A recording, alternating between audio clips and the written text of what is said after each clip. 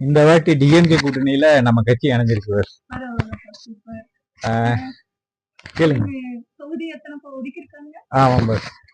தேசிய முற்போக்கு திராவிட கழகம் கேப்டன் ஆட்சியோடு திமுக கூட்டணியில் இணைந்து கிட்டத்தட்ட ஒரு 10 சட்டமன்ற தொகுதி நிக்குது. அதாவது ஆமாம் பாஸ்.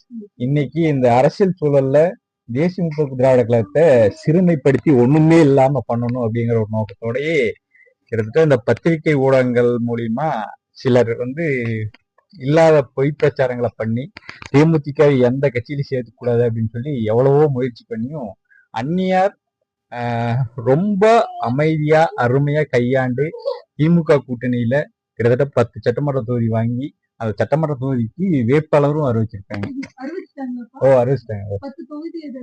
10 தொகுதி விருதாச்சலம். அதாவது 2006 கட்சி தொடங்கின நமது கேப்டன் விருதாச்சலத்துல நின்று மிகப்பெரிய வெற்றி பெற்றார். அந்த விருதாச்சல தொகுதியில லேடி கேப்டன் நமது அந்நியார் அவர்கள் இப்ப களம் இறங்குறாங்க. விருதாச்சல சட்டமன்ற தொகுதிக்கு நம்ம அந்நியார் நிக்கிறாங்க. 2வது விருதுநகர் சட்டமன்ற தொகுதிக்கு நம்ம போன 2024 தேர்தல்ல காங்கிரஸ் கூட நெக் டு நெக் நின்ன நமது விஜய் பிரபாகரன் இளைய கேப்டன் அவர்கள் களமிறங்குறாரு. அவர் விருதுநகர் சட்டமன்ற தொகுதிக்கு சட்டமன்ற வேட்பாளரா களமிறங்கியிருக்காரு.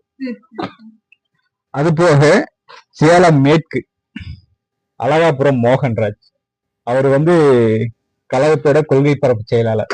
அதாவது இப்போ அந்த லிஸ்ட் பாத்தீங்கன்னா வச்சுக்கோங்களேன், தலைமை கழக பொறுப்புல இருக்கிறவங்க அத்தனை பேருக்குமே கொடுத்துருக்காங்க. அதுல அழகாபுரம் மோகன்ராஜ் கழக கொள்கை பரப்பு செயலாளர் அவருக்கு சேலம் மேற்கு கொடுத்துருக்காங்க. அது போக தர்மபுரிக்கு டாக்டர் வி இளங்கோவன் கழக அவைத்தலைவர் அவருக்கு தர்மபுரி கொடுத்துருக்காங்க. அதுக்கப்புறமா ஓமலூர் பாத்தீங்கன்னா சேலம் பக்கத்துல இருக்கிறது. அந்த ஓமலூருக்கு சுபாக்கா லேடியில சுபாக்காக்கும் இவருக்கும் தான் இவருக்கு 2 பேர்த்துல யாராவது ஒருத்தர் கொடுத்ததா இருந்துச்சு. இப்ப கடந்த மாநாடப்ப கூட கிட்டத்தட்ட கோயம்புத்தூர்ல இருந்து திருப்பூர், கோயம்புத்தூர், சேலம் மட்டுமே கொடிய பயங்கரம், கடலூர் மட்டுமே கொடிய அப்படியே ஹைவேல கொடிய பயங்கரமா பறக்க விட்டாங்க. பிளக்ஸ் பேனர்களை வச்சு பிரம்மாண்டமா காட்டிட்டாங்க. அதுல இவருக்கு இளங்கோவன் அவர் கொடுத்துருக்காங்க. அது போக பல்லாவரம் ஆனகை முருகேசன் அவர் செங்கல்பட்டு மாவட்ட கழக செயலாளராக இருக்காரு. அவரும் முன்னாள் சட்டமன்ற உறுப்பினர் தான், அவருக்கு கொடுத்துருக்காங்க. அது போக திருத்தணி கிருஷ்ணமூர்த்திங்கிறவர் அவர் திருவள்ளூர் மாவட்ட மேற்கு மாவட்ட கழக செயலாளர், அவருக்கு கொடுத்துருக்காங்க. அப்புறம் குடியாத்தம் அந்நியாரோட சொந்த ஊர்.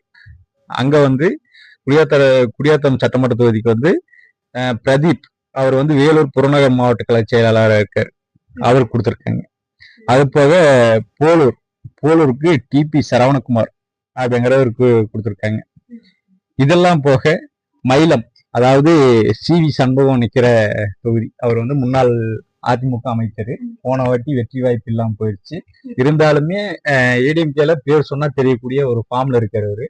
அவரு கூட நெக் டு நெக் நிக்கிறாரு அண்ணன் எல் வெங்கடேஷ். யாருன்னு கேட்டீங்கன்னா தேமுதிக. அவர் தேமுதிகாலேயே ஒரு பிரபலமான ஆள்.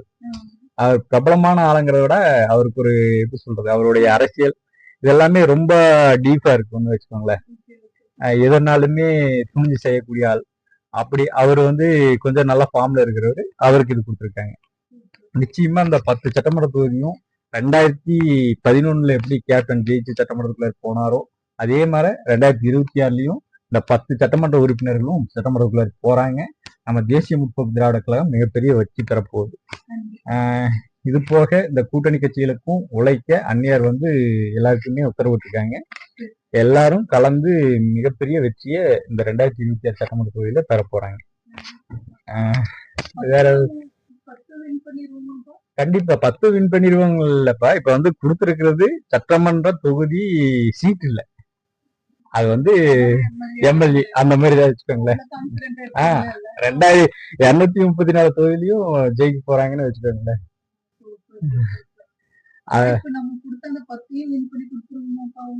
வின் பண்ணி கொடுத்துருவோமா இல்லப்பா, கொடுக்கணும். ஏற்கனவே திமுக வெற்றி வாய்ப்புல இருக்கிற தொகுதி எல்லாமே இதெல்லாம் டிஎம்டிகேவும் சேரும்போது அதை ஜெயிச்சே ஆகணுங்கிற கட்டாயம் இருக்கு, ஜெயிப்பாங்கிற ஒரு நம்பிக்கை இருக்கு.